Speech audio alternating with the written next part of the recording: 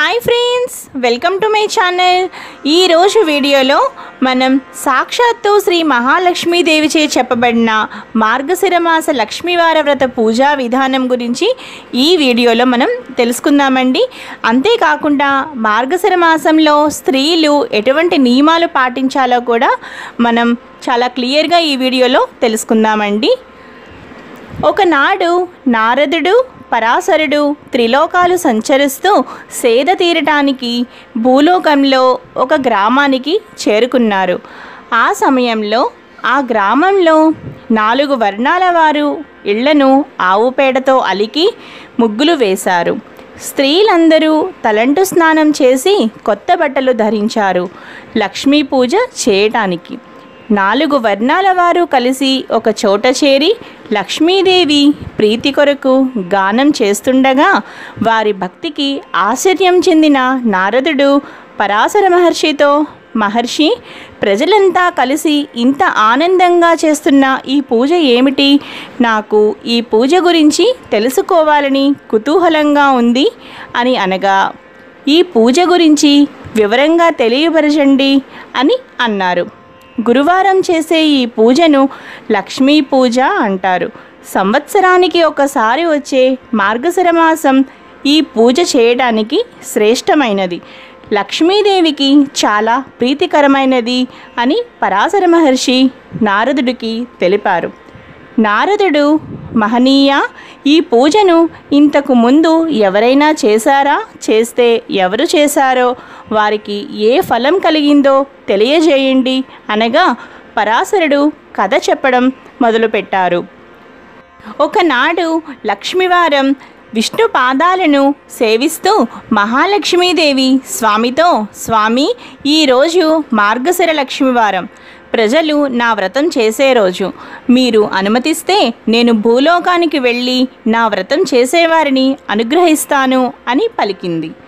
విష్ణుమూర్తి సరే అనగా సర్వాలంకృత భూషితమై భూలోకానికి పయనమైంది లక్ష్మీదేవి. ఒక ముసలి బ్రాహ్మణ స్త్రీ రూపంలో విష్ణుమూర్తి ఒక ఇంట్లోకి ప్రవేశించాడు. ఆ గ్రామంలో సంచరిస్తున్న మహాలక్ష్మీదేవి ఆ ఇంటికి ముందు వచ్చి, అవ్వా, ఈరోజు మార్గశిర గురువారం, లక్ష్మీ పూజ, ఇల్లు గోమయంతో అలికి ముగ్గు పెట్టలేదేమిటి అన్నది.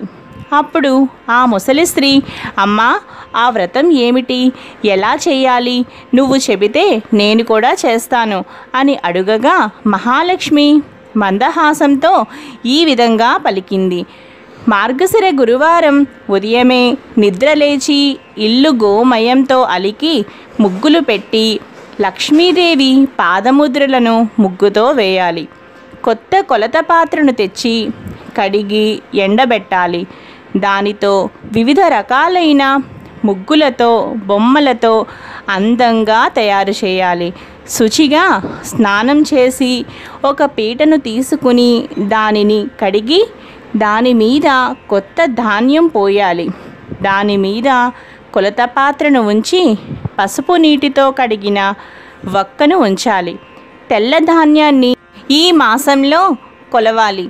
మనసులో కోరికను చెప్పుకుని కొద్దిగా తెల్ల ధాన్యాన్ని కొలత పాత్ర మీద పోయాలి.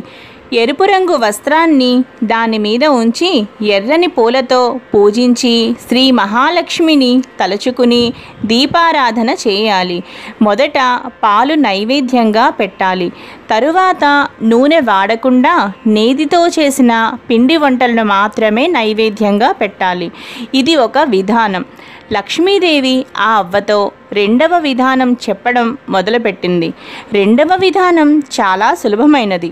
మార్గశిర శుక్ల దశమి తిథి గురువారం వచ్చిన రోజున నిష్ఠతో ఈ వ్రతాన్నే చేస్తే తప్పక సిరి వస్తుంది. ఈ వ్రత నైవేద్యం పంచి పెట్టకపోతే మాత్రం లక్ష్మీ కటాక్షం లభించదు. మనసును నిర్మలంగా ఉంచుకుని 10 మందిని పిలిచి ఈ వ్రతం చేయాలి. పసుపు కుంకుమలు పంచిపెడితే ఆ ఇంట లక్ష్మి తాండవిస్తుంది. ఈ వ్రతం మాత్రమే కాదు, మరికొన్ని ఆచరించాలి అవ్వా అని అన్నది లక్ష్మీదేవి. గురువారం ఉదయమే లేచి పొయ్యి బూడిద తీయకపోయినా, ఇల్లు వాకిలి తొడవకున్నా ఆ ఇంట లక్ష్మి నిలువదు. ఏ స్త్రీ గురువారం శుచిగా మడి వస్త్రం ధరించి వంట చేసి పూజ చేస్తుందో ఆ ఇంట లక్ష్మి స్థిరంగా ఉంటుంది. ఏ స్త్రీ గురువారం నాడు పిల్లలను తిడుతుందో, కొడుతుందో, ఇల్లు వాకిలి చిమ్మదో ఆ ఇంట ఒక్క క్షణం కూడా లక్ష్మి ఉండదు. ఏ స్త్రీ సాయంకాలం వేళ గడపకు రెండు వైపులా దీపాలు ఉంచదో ఆ ఇంట లక్ష్మి నిలువదు. అంతేకాదు, ఆ ఇంట ధనానికి కూడా నష్టం కలుగుతుంది.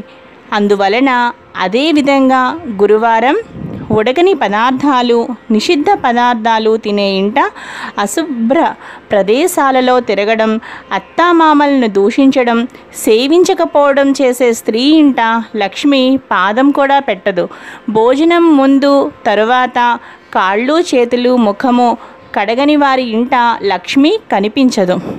ఇతరులతో మాట్లాడుతూ ప్రతి మాటకు ఏ స్త్రీ అకారణంగా అసందర్భంగా గట్టిగా నవ్వుతుందో అక్కడ లక్ష్మి ఉండదు.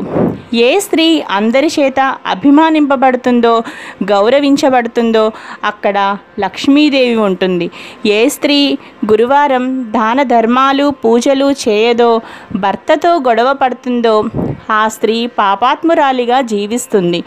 గురువారం, అమావాస్య, సంక్రాంతి, ప్రతి నెల సంక్రమణం జరుగుతుంది. ఈ తిథులలో నిషిద్ధ పదార్థాలను తినే స్త్రీ నరకానికి వెళుతుంది.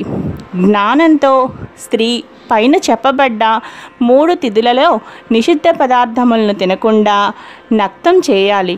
అంటే ఒంటిపూట మాత్రమే తింటూ లక్ష్మీదేవిని పూజిస్తుందో ఆ స్త్రీ ఇల్లు ధనధాన్య పుత్ర పౌత్రాదులతో వర్ధిల్లుతుంది. ప్రతి స్త్రీ తాను నిత్యం ఆచరించే పనులు ఆధారంగా చేసుకునే లక్ష్మీ అనుగ్రహం ఉంటుంది.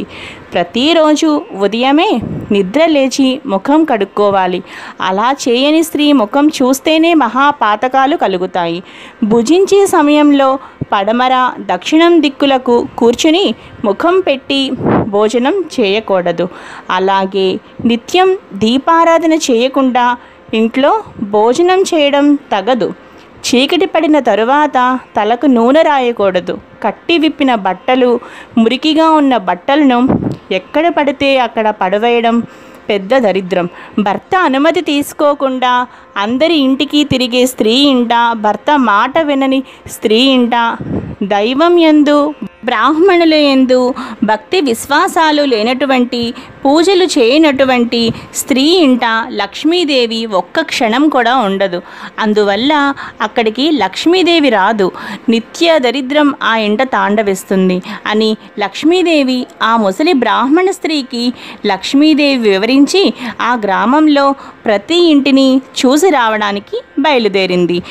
ఆ సమయానికి ఆ గ్రామంలో ఉన్న స్త్రీలంతా నిద్రలోనే ఉండడం చూసి లక్ష్మీదేవి అసహ్యించుకుంది. ఆ ఊరి చివరకు వెళ్ళింది.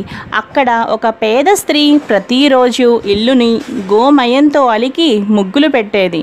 బియ్యపు పిండితో ముగ్గేసి లక్ష్మీదేవి పాదముద్రలను వేసి, లక్ష్మీదేవి విగ్రహం దగ్గర నిత్య దీపం పెట్టి, ధూపం వేసి, నైవేద్యాలు పెట్టి పద్మాసనంలో కూర్చుని నిత్యం లక్ష్మినే ఆరాధించేది ఆ పేద స్త్రీ.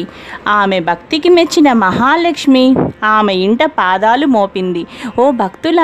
ఓ భక్తురాలా, నీ భక్తికి మెచ్చాను, వరం కోరుకో ప్రసాదిస్తాను అని పలికింది.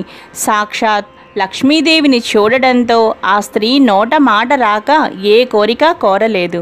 అప్పుడు లక్ష్మీదేవి, నీవు కోరకుండానే నేను వరాలు ఇస్తున్నాను. నీవు మరణించే వరకు సకల సంపదలను అనుభవిస్తావు. మరణం తరువాత వైకుంఠాన్ని చేరుతావు అని లక్ష్మీదేవి వరాలిచ్చింది. నా వ్రతం విడవకుండా చెయ్యి, విష్ణుమూర్తి అనుగ్రహం కూడా కలుగుతుంది అని పలికింది. మహాలక్ష్మి చెప్పిన విధంగానే ఆ స్త్రీ లక్ష్మిని నిత్యం పూజించి సకల సంపదలు, భోగ భాగ్యాలు 5 కుమారులతో ఆ స్త్రీ జీవితం ఆనందంగా గడిపింది అంటూ మహర్షి పరాశరుడు నారద మునీంద్రుల వారితో పలికారు. శ్రీ మహాలక్ష్మీదేవిచే స్వయంగా చెప్పబడిన ఈ వ్రతం చాలా విశిష్టమైనది. ఈ కథను నిత్యం చదవడం వలన సకల శుభాలు కలుగుతాయి. ఎవరైతే మార్గశిర మాసంలో శ్రీ మహాలక్ష్మీదేవిని ఈ విధంగా పూజిస్తారో, అమ్మవారు చెప్పిన నియమాలను ఎవరైతే పాటిస్తారో వారి ఇంట లక్ష్మీదేవి స్థిరంగా ఉంటుంది. అంతేకాకుండా వాళ్లకు భోగ భాగ్యాలు, ఆయువారోగ్యాలు, అష్ట ఐశ్వర్యాలను ప్రసాదిస్తుంది. ఈ విధంగా మార్గశిర మాసంలో లక్ష్మీదేవిని పూజించి నియమాలను పాటిస్తూ ఆరాధించాలి.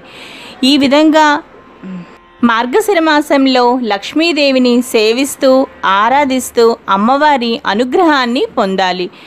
ఈ వీడియో కనుక మీకు నచ్చినట్లయితే తప్పకుండా లావణ్యాస్ లైఫ్ స్టైల్ ఛానల్ని సబ్స్క్రైబ్ చేసుకోండి. అలాగే పక్కనే ఉన్న బెల్ సింబల్ని కూడా యాక్టివేట్ చేసుకోండి మరిన్ని వీడియో నోటిఫికేషన్స్ కోసం. అంతేకాకుండా ఈ వీడియో కింద ఉన్న డిస్క్రిప్షన్ బాక్స్ను కూడా చెక్ చేయండి. అలాగే చూస్తూనే ఉండండి లావణ్యాస్ లైఫ్ స్టైల్. మరో మంచి వీడియోతో మీ ముందు ఉంటాను. Thanks for watching.